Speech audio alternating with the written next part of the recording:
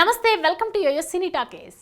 టాలీవుడ్లో short films నుంచి వెండితెరకు హీరోయిన్లుగా పరిచయం అయిన వాళ్ళు చాలామంది ఉన్నారు. అలాంటి వారిలో చాందిని చౌదరి ఒకరు. హీరోయిన్గా మంచి అవకాశాలు అందుకుంటూ సినిమాలు చేస్తూ రాణిస్తుంది ఈ చిన్నది. సినిమాల్లోకి రాకముందు చాలా షార్ట్ ఫిలిమ్స్లో నటించింది చాందిని. కేటుగాడు సినిమాతో హీరోయిన్గా ఎంట్రీ ఇచ్చింది ఈ చిన్నది. అంతకుముందు కొన్ని సినిమాలు చిన్న చిన్న పాత్రల్లో నటించి మెప్పించింది ఈ బ్యూటీ. లైఫ్ ఇస్ బ్యూటిఫుల్, ప్రేమ, ఇష్క్ కాదల్ సినిమాల్లో కనిపించింది. ఆ తర్వాత హీరోయిన్గా బ్యాక్ టు బ్యాక్ సినిమాలు చేస్తుంది. కాగా సుహాస్తో కలిసి కలర్ ఫోటో అనే సినిమా చేసింది. ఈ సినిమా మంచి విజయాన్ని అందుకుంది. ఏకంగా ఈ సినిమాకు జాతీయ అవార్డు కూడా వచ్చింది. ఈ సినిమాలో తన నటనతో ప్రేక్షకులను మెప్పించింది. ఆ తర్వాత చాలా సినిమాలు చేసింది.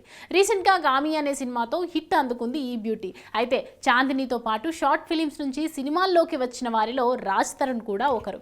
చాందిని, రాజ్ తరుణ్ ఇద్దరు కలిసి చాలా షార్ట్ ఫిలిమ్స్లో నటించారు. అయితే సినిమాల్లో మాత్రం ఈ ఇద్దరూ కలిసి కనిపించలేదు. తాజాగా ఓ ఇంటర్వ్యూలో చాందిని చౌదరికి ఇదే ప్రశ్న ఎదురైంది. ఎందుకు రాజ్ తరుణ్తో కలిసి నటించలేదు అన్న ప్రశ్నకు చాందిని ఇంట్రెస్టింగ్ కామెంట్స్ చేసింది.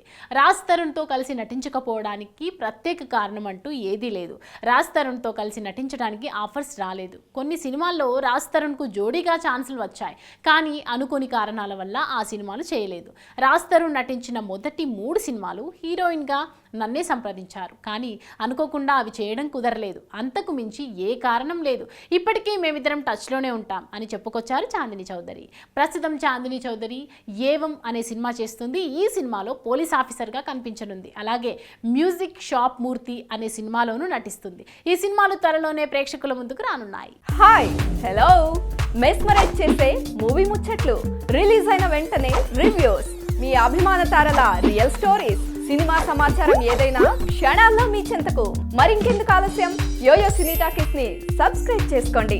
హలో నోటిఫికేషన్ కోసం గంట కొట్టడం అస్సలు మర్చిపోకండి.